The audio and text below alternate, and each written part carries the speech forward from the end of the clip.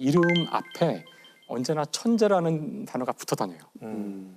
아마 여러분이 다 한 번은 들어보셨을 천재 시인 이상이죠. 야, 그냥 같이 다녀요. 이상. 그렇게 불리는 다른 시인이 없죠. 그러네요. 그래서 오늘 이야기는 일단 그 이상은 누구인가? 이상이라는 인간은 어떤 인간인가? 이상 시인은 1910년 생이에요.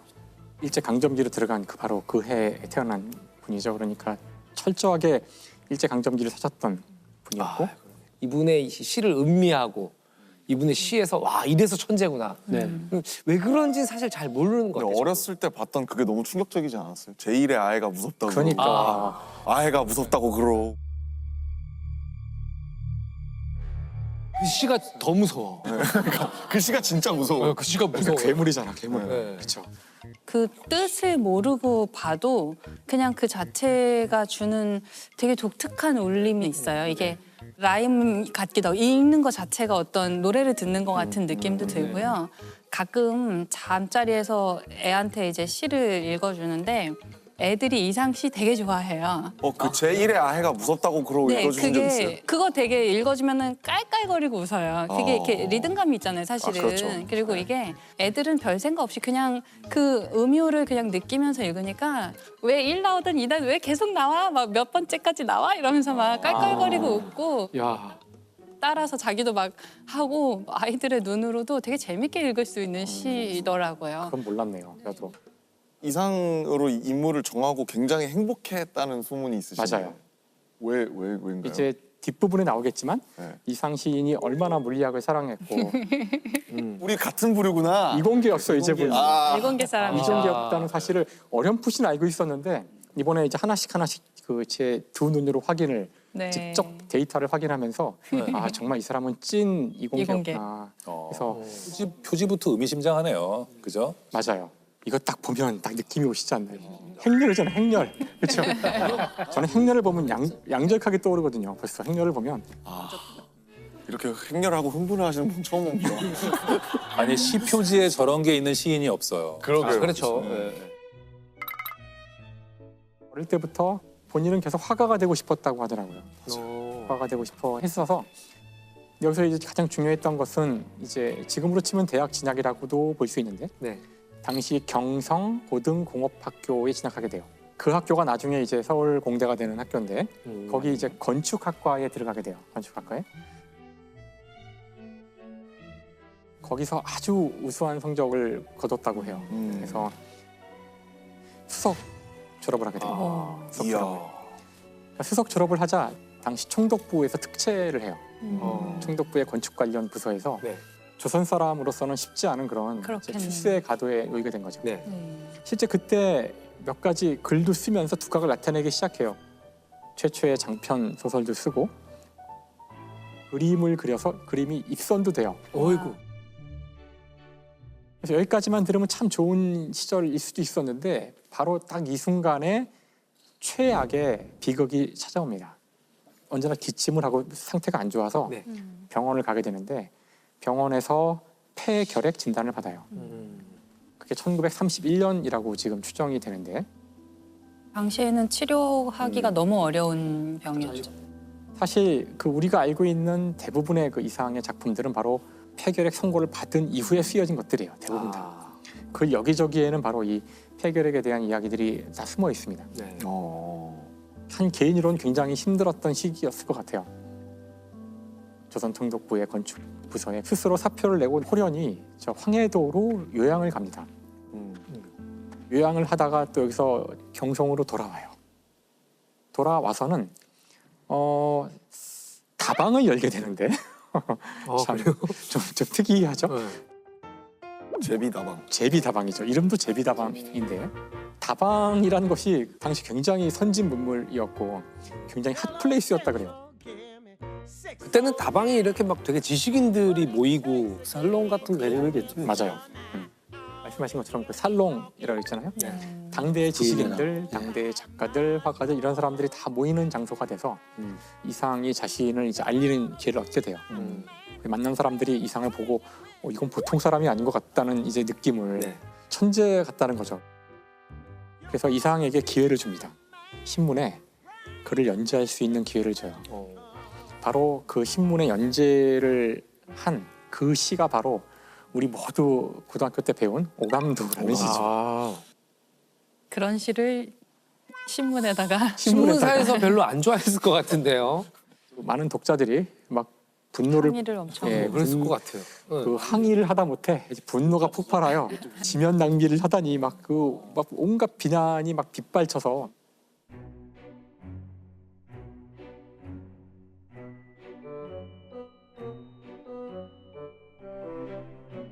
옛날에는 신문이 한 장이거든요.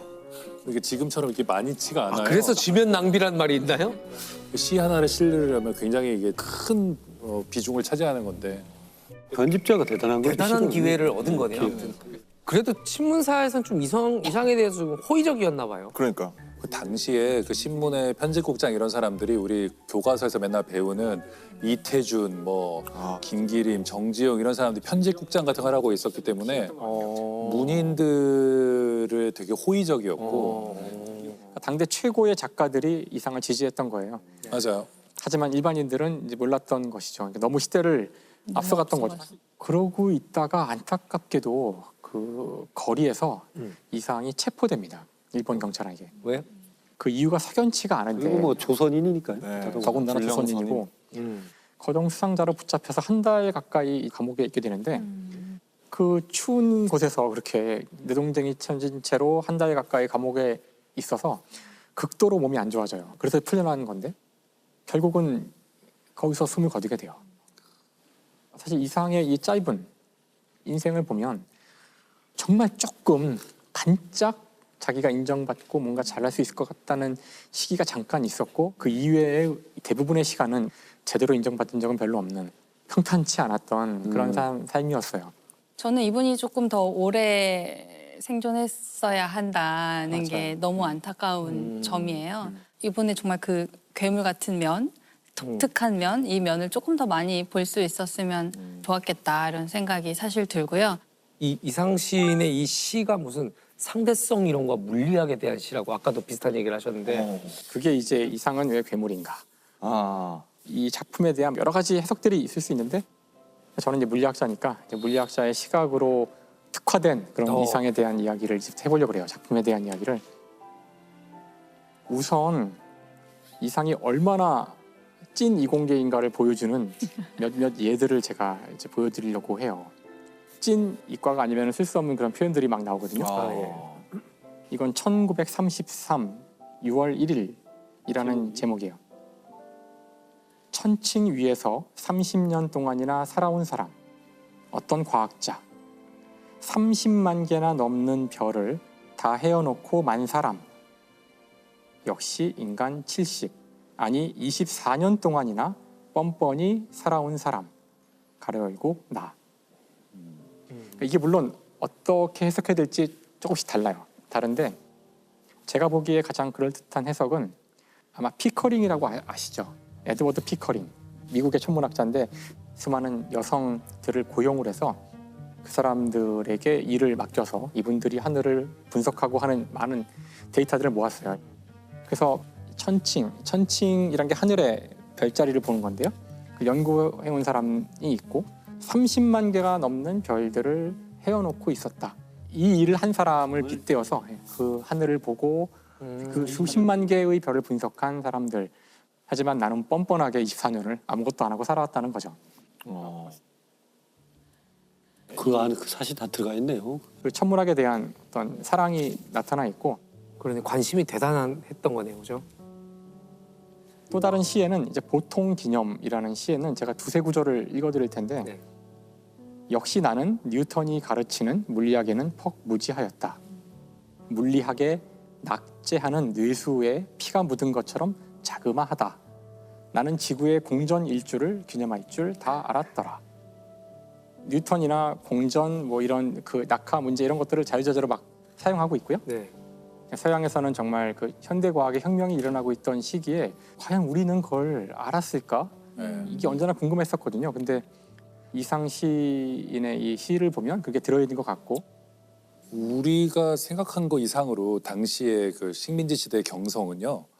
굉장히 전 세계 뉴스에 밝았어요. 그래서 이상 정도 되는 지식인들이면 시와 무슨 소설 이런 얘기를 했을 것 같지만 모여서 과학을 주제로 얘기한 경우가 굉장히 많았다 그래요. 결정적으로는 사실 이 시를 보면 저는 정말 와 가슴이 정말 띵 하던데 보세요 한번. 여기 보시면 이 시에 이런 걸 쓰는 사람이 있다니 이게 지금 시의 일부거든요. 아, 3차각 설계도. 점을 찍어서 2차원 행렬 어레이를 만든 건데 저는 이걸 딱 보는 순간 이제 양자역학의 제일 중요한 행렬을 쓴 게 아닐까 저는 그렇게 해석했지만 저같이 생각하는 사람은 아무도 없더라고요. 아, 근데 왜 행렬이 제일 중요해요? 양자역학에서? 양자역학을 수학으로 쓰는 방법이 두 가지 방법이 있어요. 하나는 하이젠베르크가 만든 행렬 역학이고 다른 하나는 슈웨딩거가 만든 파동 역학이에요. 정확히 이렇게 쓰거든요. 이런 식으로. 그래서 아마도 제 예상은 이상이 행렬에 대한 얘기를 어서 본 것 같다는 생각을 자꾸 하게 되는데 그럴 수 봤을 있겠네요. 거예요. 이 밑에 나오는 이야기 보면 알 수 있어요. 양자역학의 본질을 깨달은 것 같은 느낌이 드는 문장들인데 원자는 원자이고 원자이고 원자이다. 생리작용은 변이하는 것인가? 이 세상 모든 것은 원자로 되어 있는데 이들은 그 자신은 변하지 않지만 재배치, 재배열을 할 뿐이라는 것이 우리가 파인만 이야기할 때 했던 세상 만물은 원자로 되어 있다의 핵심이에요. 우리가 보기엔 사람이 변화된 것 살고 같지만. 죽고 하는 것 같지만 원자는 원자이고 원자이고 원자이고 원자이다. 그러니까 사실은 원자들의 재배치일 뿐이다. 원자는 변하지 않는다. 그런 말을 하는 것이라고 저는 보인다고요. 네. 그리고 그 다음도 원자는 원자가 아니고 원자가 아니고 원자가 아니다. 방사능 붕괴인가? 그러니까 원자가 변할 수가 있는데 그때는 원자의 방사능 변화가 일어날 때 그래요. 와, 알고 하는 걸까? 글쎄요. 이건 약간 알았던 것 같은데요? 이거 알았을 수 있는 거 아닌가요? 이런 표현을 누가 그냥 쓸 수는 그렇죠. 없잖아요. 네. 그 이상이 당시 현대 물리학에 대한 내용을 알고 정말 제대로 이해한 과학이라고 저는 생각해요. 최근에 그것에 대한 재밌는 논문이 하나 나와서 이 논문을 쓴 사람이 지금 현재 물리학과에 있는데 그러니까 그 진짜 재밌나 봐요. 네, 재밌어요. 저 표정은 행복백이에요. 행복백. 네, 지금 네, 재밌어요. 깜짝 놀랐어요. 그래서 이 논문의 주장에 따르면 이상의 그 중요한 시 건축 무한 육면각체네요. 4차원 시공간을 다루고 있는 시다라는 주장이에요.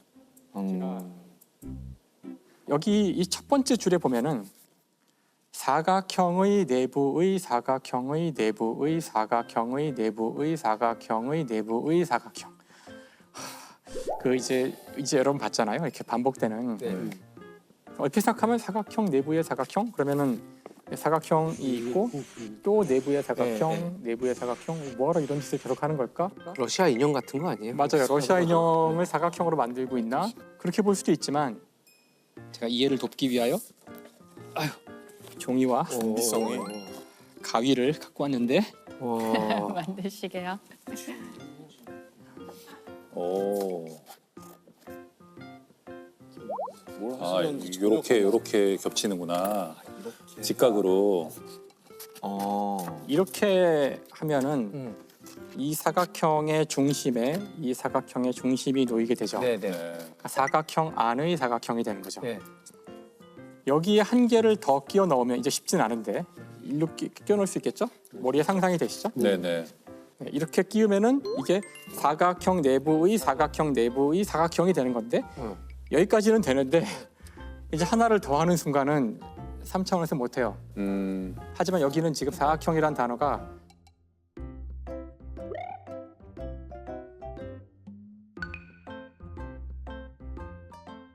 그러니까 이것은 이상은 그 시를 통해서 4차원에서 건물을 지으면 어떻게 될까? 그걸 지금 조감해 보고 있다는 뜻이에요.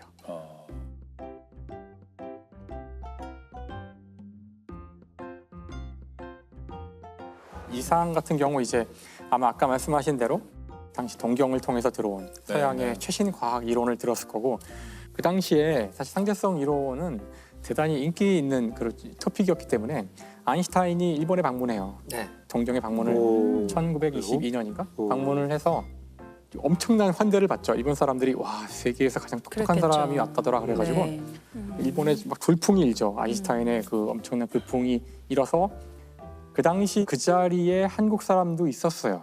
동경에 유학가 있었던 한국 사람들도 있어서 이들 중에 일부가 한국에 와서 아인슈타인의 이론을 이렇게 순회 강연을 했다는 기록들이 남아 있거든요.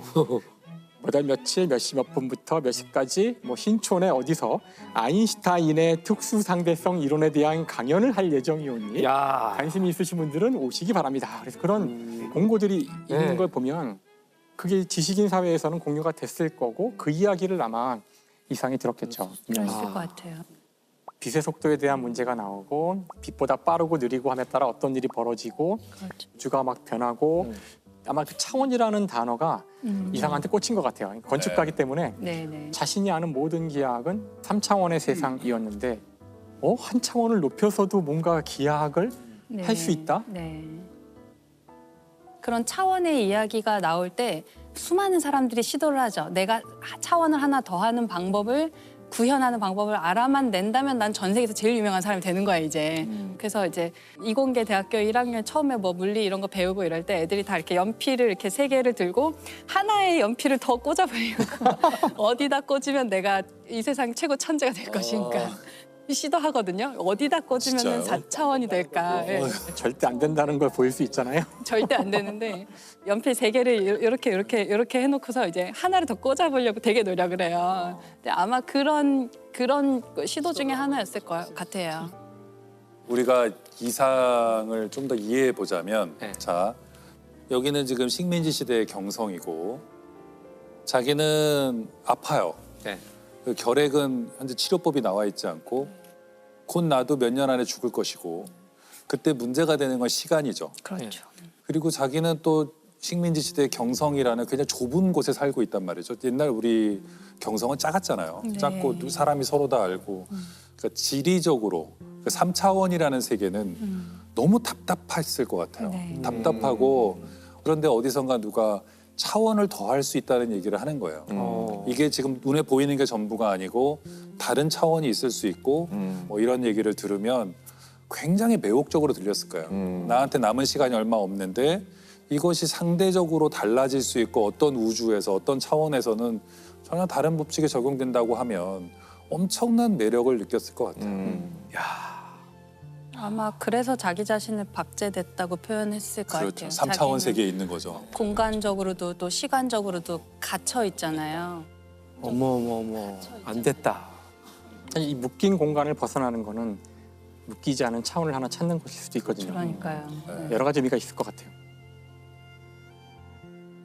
그래서 이거 보면서 정말 막 눈물이 와, 이 사람이 정말 내가 찾던 1930년대 우리나라의 그 일제 강점기 경성의 공간에서 과학을 이야기하던 사람이구나. 바로 그가 이상이었어. 내가 찾던 그가.